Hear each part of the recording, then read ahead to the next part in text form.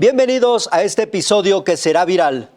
Cuando en una relación, ya sea social, sentimental, política o económica, alguien abusa del poder que puede ejercer ante otra persona, surge la asimetría de poder.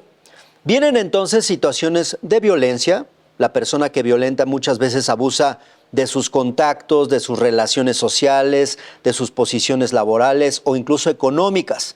Miren, hace algunos días Alejandra Aguilera exhibió en redes sociales lo que está viviendo en carne propia. Vamos a ver. Mi nombre es Alejandra Aguilera y quiero platicarles de la situación de violencia que estoy viviendo. Te voy a hacer mierda, mi amor. Te voy a hacer mierda. Paremos con esto. Y sabes que no voy a desistir hasta que te vea tirada en el piso rogando. Pero ya te estoy rogando. Que pare. No, cabrona, no. Y me cago de risa a ti. Y sabes que te voy a destruir. Hasta donde pueda, te voy a destruir. ¿Pero por qué si yo no te hice daño? Porque puedo y porque quiero. Un asunto fuerte, ¿eh? Miren, para hablar de la asimetría de poder y sus consecuencias, está con nosotros precisamente Alejandra Aguilera. Alejandra, bienvenida. Gracias, Juan. Muchas gracias por el espacio. Pues sí, mira, tristemente y lamentablemente soy yo la persona que se escucha en estos audios. Claro, y vamos a profundizar justo en ello. Alejandra, si me permite rápidamente, saludo con mucho gusto a Vianey Martín del Campo. Ella es abogada penalista, especialista en derechos humanos y género. Vianey, ¿cómo está? Hola, muchísimas gracias. Buenas tardes y les agradezco muchísimo el espacio. Muy bien, gracias. Gracias. Bueno, pues vamos a entrar en materia, Alejandra, y perdón por la interrupción. Justo primero nos gustaría contextualizar escuchando un poco más de tu caso. Ya veíamos la parte esencial, esto que te ha llevado a recibir muchos comentarios de apoyo en redes sociales y demás. Platícanos, ¿en qué momento se da este conflicto con una evidente asimetría de poder? Pues mira, este conflicto se genera cuando yo propongo divorciarme de esta persona. Entonces, cuando yo propongo el tema de divorciarnos y estamos tratando de llegar a acuerdos, es cuando él comienza a coaccionarme y empieza a amenazarme con este tipo de intimidaciones. Y ya escuchábamos estos audios fuertes con estas amenazas que ahorita nos irás platicando, ya están siendo incluso investigadas por las propias autoridades. Vamos con una primera intervención. Vianey, ¿qué te parece lo que escuchamos, lo que está viviendo Alejandra? De entrada, ¿qué consecuencias puede traer esto en términos emocionales, psicológicos y demás? Bueno, me falla un poquito por ahí el audio, pero sí alcancé a escuchar bien. Ahora me estoy alejando donde haya menos ruido. Bueno, en este tipo de situaciones existe un protocolo para juzgar con perspectiva de género de la Suprema Corte de Justicia, incluso está de la Nación, incluso está actualizado. Aquí, bueno, el documento habla de muchas situaciones. Sin embargo, en la parte emocional, que es en la que me estás preguntando, en mi experiencia, en los dictámenes que estamos o que yo suelo revisar, he llevado varios casos de violencia de género, pues siempre es como el estrés postraumático, siempre es la ansiedad, la depresión, incluso hasta hay veces que hay un como dictamen de fibromialgia, que ya implica como ya la salud, no nada más mental, sino que pasa bastante más allá, ¿no? Entonces, estas son las consecuencias. Y también una de las circunstancias que no nos ayudan mucho a salir de allí es justamente pues la carencia de redes sociales, redes de apoyo. Claro. ¿No? Me refiero con redes sociales de apoyo justamente, ¿no? Físicamente. También otra de las cuestiones es que el agresor suele aislar a la víctima. Entonces, en el momento que se aísla, pues ella se queda sin herramientas y continúa allí, ¿no? Y termina también normalizando la violencia. Hay veces que dicen, no, es que a mí sí me pega, pero por mis hijos es buen padre. Eso no puede ser buen padre, ¿no? Cuando estamos tratando a la madre de sus hijos. Entonces, no nada más es este estrés postraumático que digo yo, claro, no soy psicóloga, soy abogada especialista en estos temas. Claro. Sin embargo, en todos los dictámenes que he visto, pues son similares, ¿no? Es estrés postraumático que pueden ser muchísimas cesáreas más allá. Y ahorita hablaremos particularmente Sí, sí. de la parte legal, Vianey. Volvemos contigo, Alejandra Aguilera. Cuéntanos un poco más a qué has tenido que enfrentarte en los videos y demás. Hablas un poco de quién es tu expareja, qué tipo de relaciones tiene o por qué estaríamos ante una situación de asimetría de poder. Pues mira, mi expareja es abogado, forma parte de un gremio de abogados penalistas en la Ciudad de México, forma parte de un despacho, de los mejores despachos de la Ciudad de México. Entonces, él mismo a mí me refería el tema de que pues yo trabajo para las autoridades y las autoridades trabajan para mí. Y como bien se escucha en los audios, o sea, él se siente respaldado, él se siente tan respaldado que por eso me dice, ¿no? Yo te voy a destruir porque quiero y porque puedo. Entonces, eso, pues, evidentemente, sabemos que el señor, pues, o sea, aquí como que la estrategia que tienen muchos de estos agresores, porque no es la primera vez que me ha pasado, yo anteriormente estuve casada y sufrí el mismo tipo de violencia. Cuando me divorcié, me orquestaron 3 carpetas. Entonces, de hecho, él, este agresor, fue el que combatió las carpetas de mi anterior agresor, ¿no? Entonces ya sé que pues ellos acuden a la fiscalía y con mucha facilidad orquestan carpetas y aunado que orquestan carpetas, las judicializan rapidísimo. O sea, yo actualmente tengo una carpeta por el incumplimiento de la obligación alimentaria en contra de mi primer ex esposo y está detenida, no pasa nada, la fiscalía no hace nada.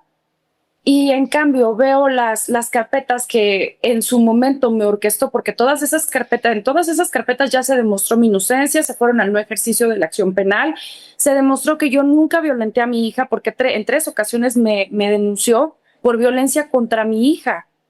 Y pues bueno, evidentemente estas carpetas se desechan porque pues los elementos de prueba, mi hija acude a un dictamen psicológico y ella pues desmiente esa situación, ¿no? Y dice que por el contrario, que quien nos violentaba pues era mi primer agresor, ¿no?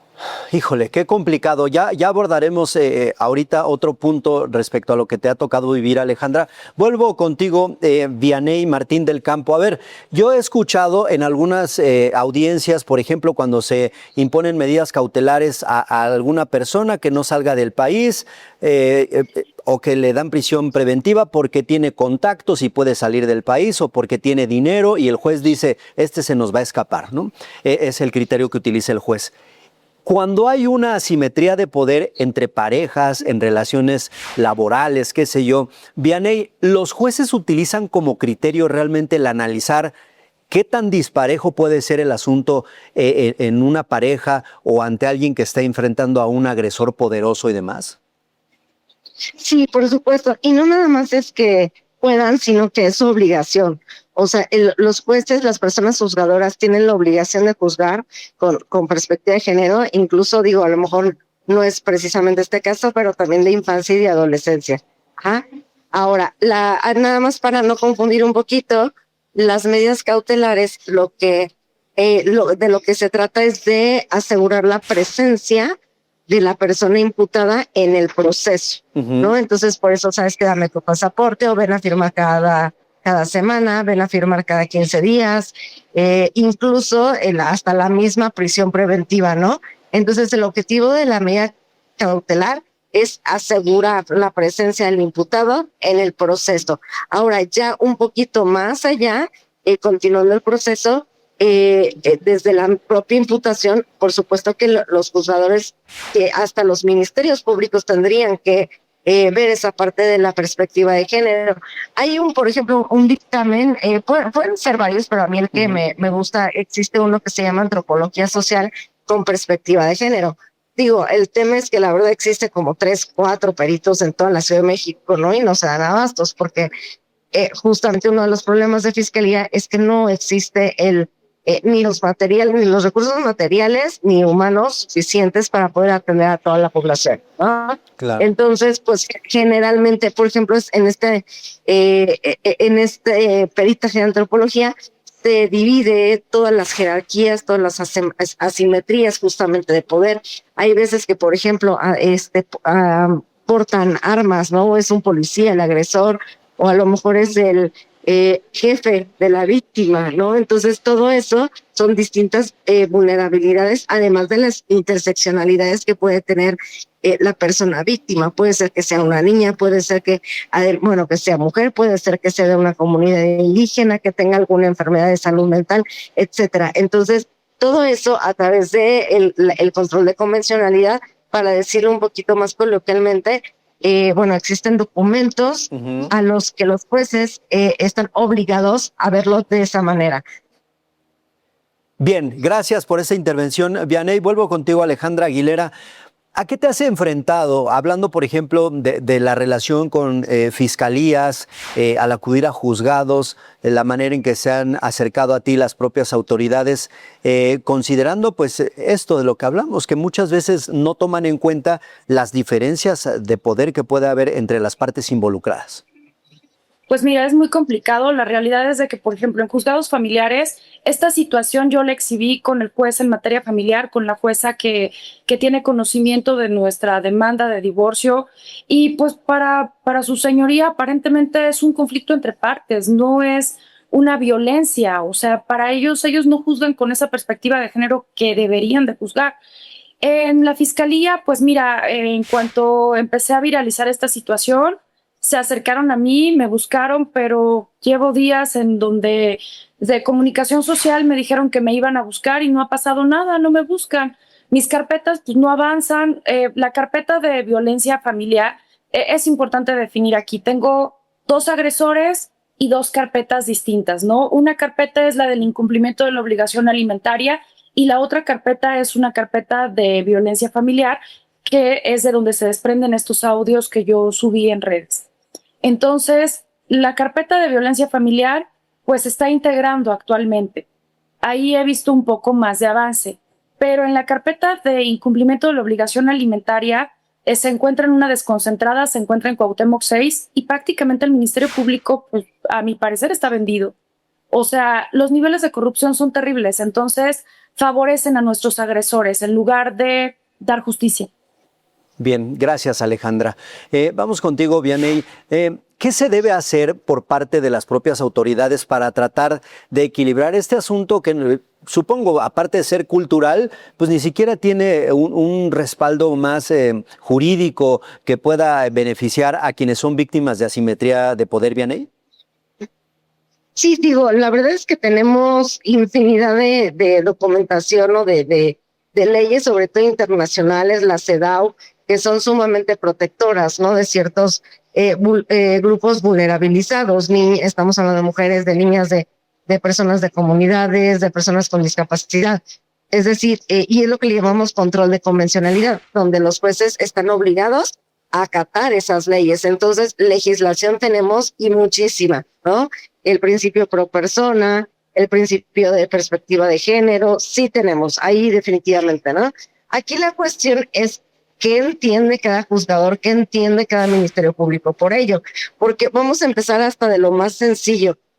Hay capacitaciones, ¿a quiénes mandan? Claro. Pues a las personas que ni siquiera resuelven, ¿no? Y que no dirigen. Esa es una, ¿no? Por eso yo a veces digo que ahí también falta de voluntad, porque herramientas sí existen, leyes sí existen, pero parece que es una falta de voluntad, más que de poderla entender, ¿no? Porque tampoco es, ni siquiera tiene tantos tecnicismos como el derecho en general. Entonces, a mí sí principalmente me parece una falta de voluntad para las personas juzgadoras u operativas del sistema de justicia para juzgar con esta perspectiva de género.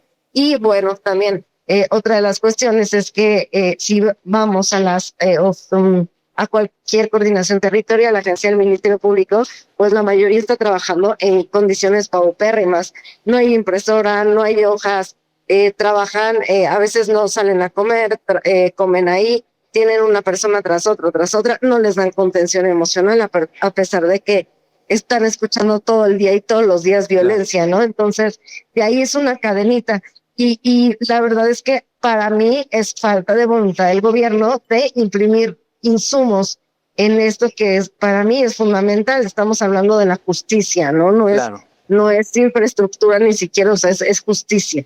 Sí, diferentes factores que al final en lo que derivan es que en que este sustento legal del que nos habla se convierta en letra muerta y que las víctimas sigan siendo revictimizadas y demás. En fin, Alejandra Aguilera, ¿cuál sería en este momento el mensaje para la Fiscalía de Justicia de la Ciudad de México una vez que tienen conocimiento, una vez que te han contactado, que se ha hecho viral el video y demás? ¿Cuáles serían los 2, 3 puntos en específico que te gustaría hacerles llegar a ellos? Pues el primero es que hago un llamado urgente a que se judicialicen mis carpetas. Cuentan con elementos suficientes. En ambas existen dictámenes. En una un dictamen contable, en la otra un dictamen psicológico, en donde se habla de una afectación. Entonces, que judicialicen, ¿no? Que efectivamente me den justicia y que me protejan de mis agresores. O sea, que no permitan que se unan para destruirme como se escucha en el audio, ¿no? Sí, definitivamente. Y aprovecho para preguntarte si tienes algo de seguridad, si te ofrecieron algún resguardo y demás. Cuento con medidas de protección emitidas por la Secretaría de la Mujer, también el Ministerio Público que llevan la carpeta de violencia familiar, también él me extendió medidas de protección.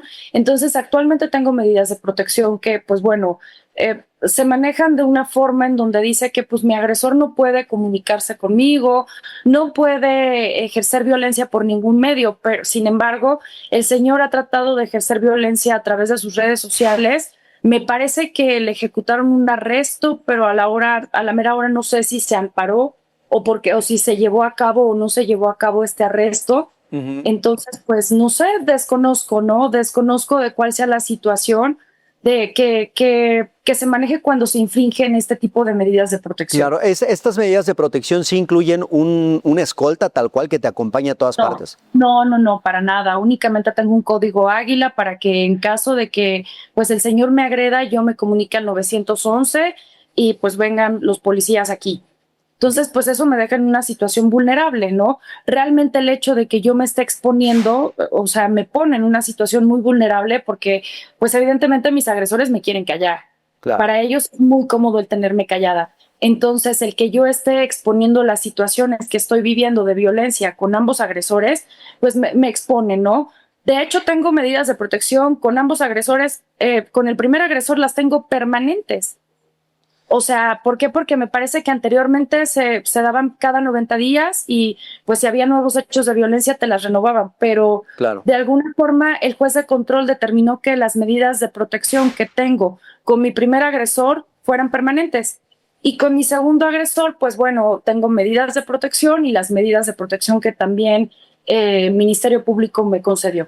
Bien, no, y por todo esto, de verdad, Alejandra, que reconocemos ese valor que has tenido de salir a denunciar este asunto y que más allá de la vulnerabilidad, que la propia autoridad lo tome con la seriedad que esto implica, porque no se puede dejar una amenaza de este tipo ahí al vapor, ¿no? En fin, Vianey, ¿qué te parece? Perdón, Alejandra.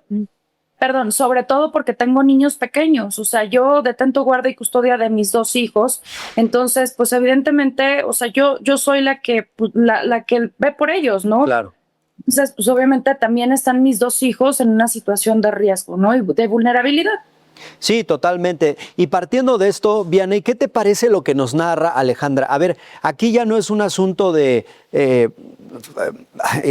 lo que nos decías que sucede en las fiscalías y que si no están preparados. Yo aquí veo un desinterés total, ya nos hablabas de la falta de voluntad, pero es un caso que se ha hecho viral, es un caso que está público, con evidencias que se han exhibido y demás, y lo que vemos es esto a lo que hacías referencia, un desinterés total de las propias, en este caso la Fiscalía de la Ciudad de México, Vianey.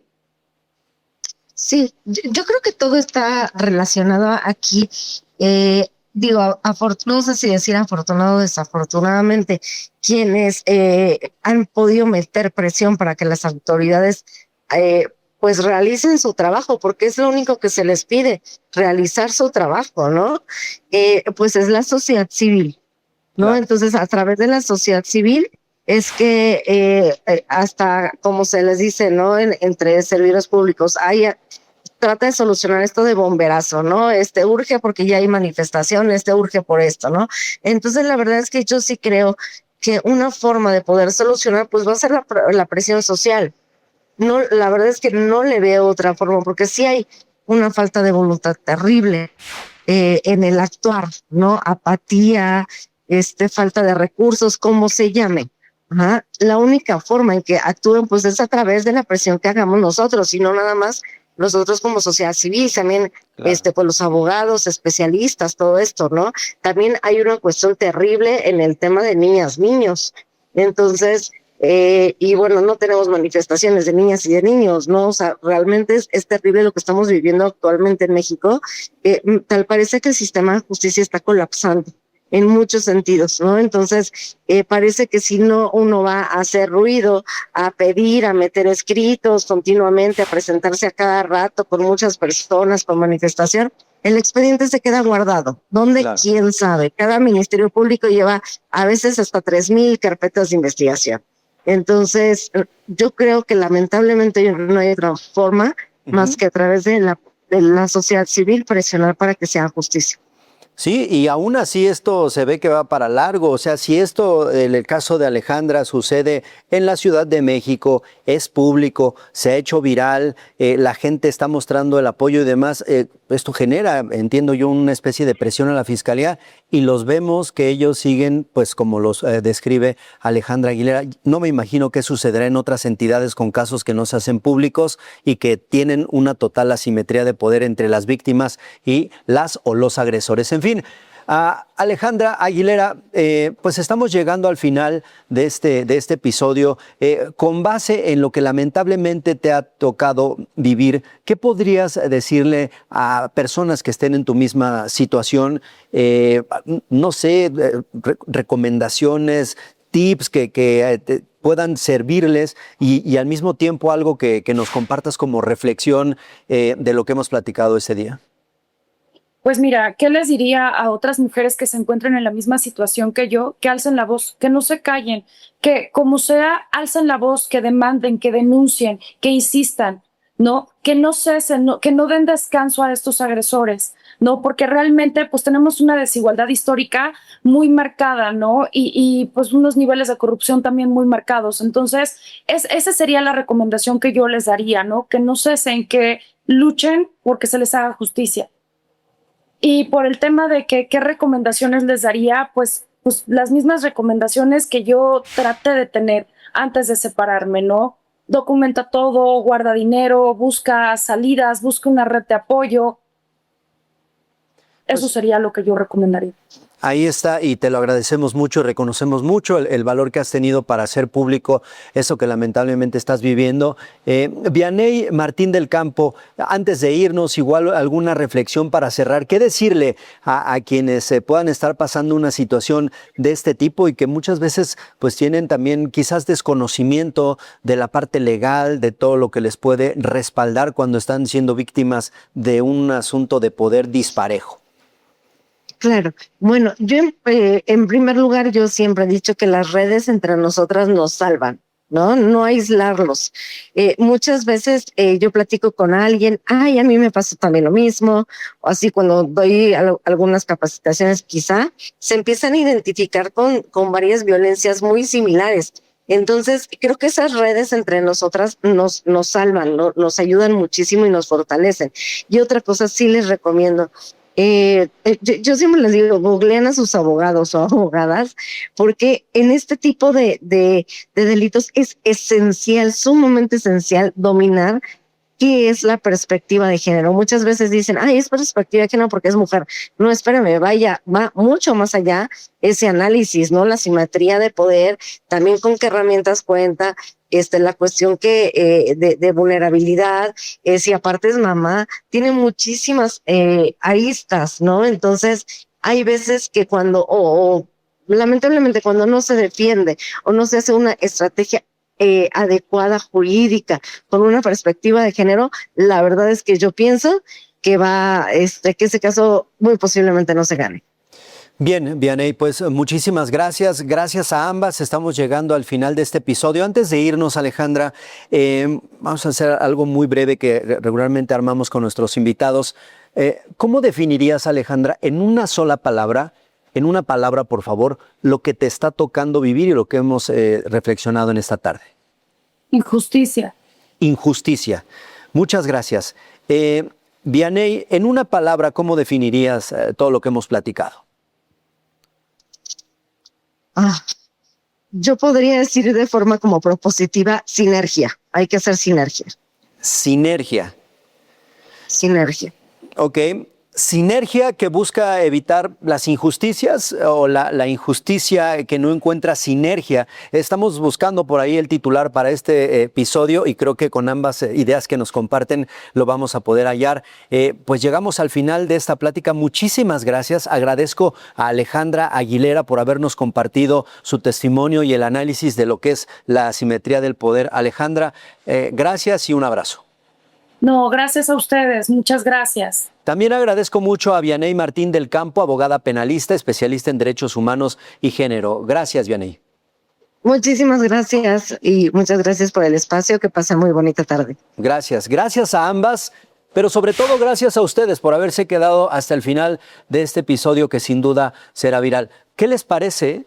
No hay piso parejo muchas veces cuando uno está involucrado en alguna situación legal en calidad de víctima, y este es todo un concepto, la simetría legal, cómo enfrentarse con una mujer o con un hombre poderoso que es su agresor o su agresora, si muchas veces tienen más poder económico, social, contactos y demás, y los jueces y quienes se encargan de investigar y de impartir justicia no toman en cuenta estos elementos para la toma de decisiones, para poder hacer justicia. En fin, ¿qué piensan ustedes? Ojalá que puedan dejarnos un comentario de esto, pero sobre todo que compartan este episodio para que llegue a más gente y por supuesto que nos acompañen en el próximo Será Viral. Yo soy Juan Rivas, pásenla bien por favor.